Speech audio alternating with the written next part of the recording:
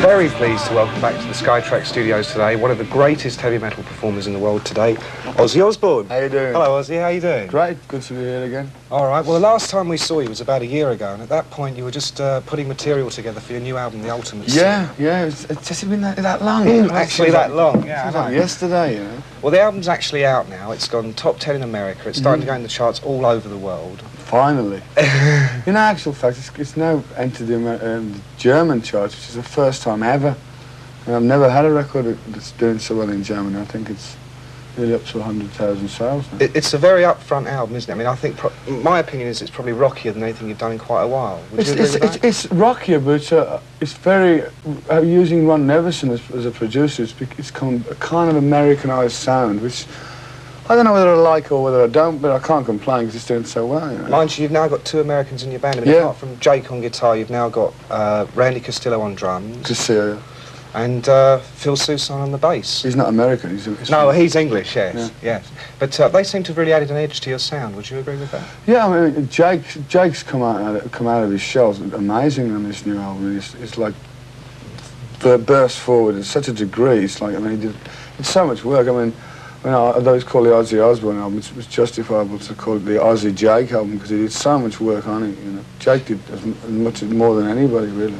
Now, we've got you in the studio today, and you've just finished your first British tour in what, 2.5 years? Yeah, we finally finished one. You know, that's about it. Because the last time I was very ill from exhaustion and body abuse from the road. Because what I used to do before is to go to America for God knows 8 months, 9 months, then come back and attempt to do a British tour, which my spirit had died and I was mentally and physically exhausted. So this time I did it the other way around and did the English tour. Then now I'm going to America on Saturday.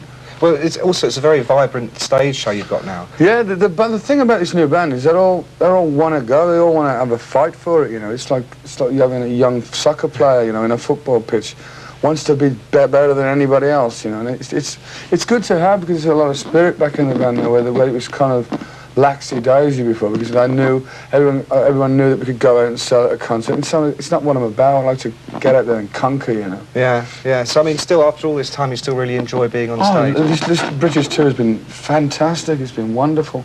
The last show was at Bradford, and the reaction was fabulous. The only thing that lets it down is the facilities for gigs is not very good in this country. You mean they're not big enough? No, it's not. The acoustics are bad. They're now beginning to sort of codge a few of these old places up, like putting actual sinks and indoor toilets, you know. Soft toilet paper and stuff like that. All right, well now we're going to have a look at the new Ozzy Osbourne video, and this is A Shot in the Dark. Ozzy, where was that video filmed? In Los Angeles. It's a funny thing, the girl who's actually on the video, the girl who turns into the beast at the whatever thing at the end, we did a sort of a lineup of different chicks because we wanted to get the similarities to the album cover. And she's actually a cheerleader from the LA Rams. Made me feel very cold, actually, looking at it. That was Los Angeles, though, wasn't it? Yeah, it was hard work we did. We started at 6 in the morning and didn't finish sometimes at 10 at night. It took 3 days to do.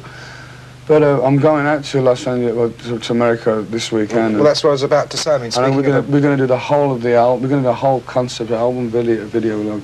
Not just like sing. They're going to video some live parts of the live show.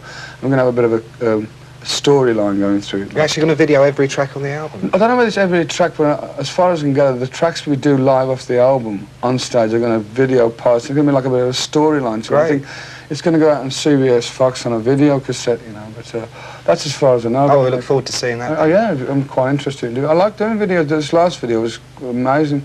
A lot of fun to do. I mean, mind you, that when you see it on like a 3.5 minute slot, I'm thinking, oh Christ, 3.5 minutes. I spent days and hours, like makeup, more clothes, you know, doing the same shot about 25 times, you know. And it's all over in like 3.5 minutes. Yeah, it's gone down. Yeah. Speaking of America, now you're just about to do another massive American tour. America has always, it seems, traditionally been the place where all these weird and wonderful things have happened to you. Do you ever? I don't know, wonderful, but certainly weird. Do you ever sit there and go, oh no, another American? I know, and this time I'm expecting all the flack, all the banners and all the marches and all that. It's kind of fun, you know, because a funny story one time, I thought to myself, do these people really know who I am? And so there was a procession of people walking outside the gig. I can't remember exactly where the gig was, and I got a broom handle. and nailed a sort of card to it, smile, have a happy day, and I would join the end of the procession walking around the gig. I didn't even know I was there, you know. At the end of this American tour, it's just been announced in the British and European press that you're going to be headlining Castle Donington. Yeah! Do you enjoy those big open air festivals? I mean, when I did Castle Donington last time, it was great. We had the weather was. If the weather's good and you know the atmosphere is good, it's just the best day out in the world. It's wonderful. There's no other place like Castle Donington. Yeah. The last time I played it was AC/DC and Van Halen and all the rest of it. We had a great time. Yeah.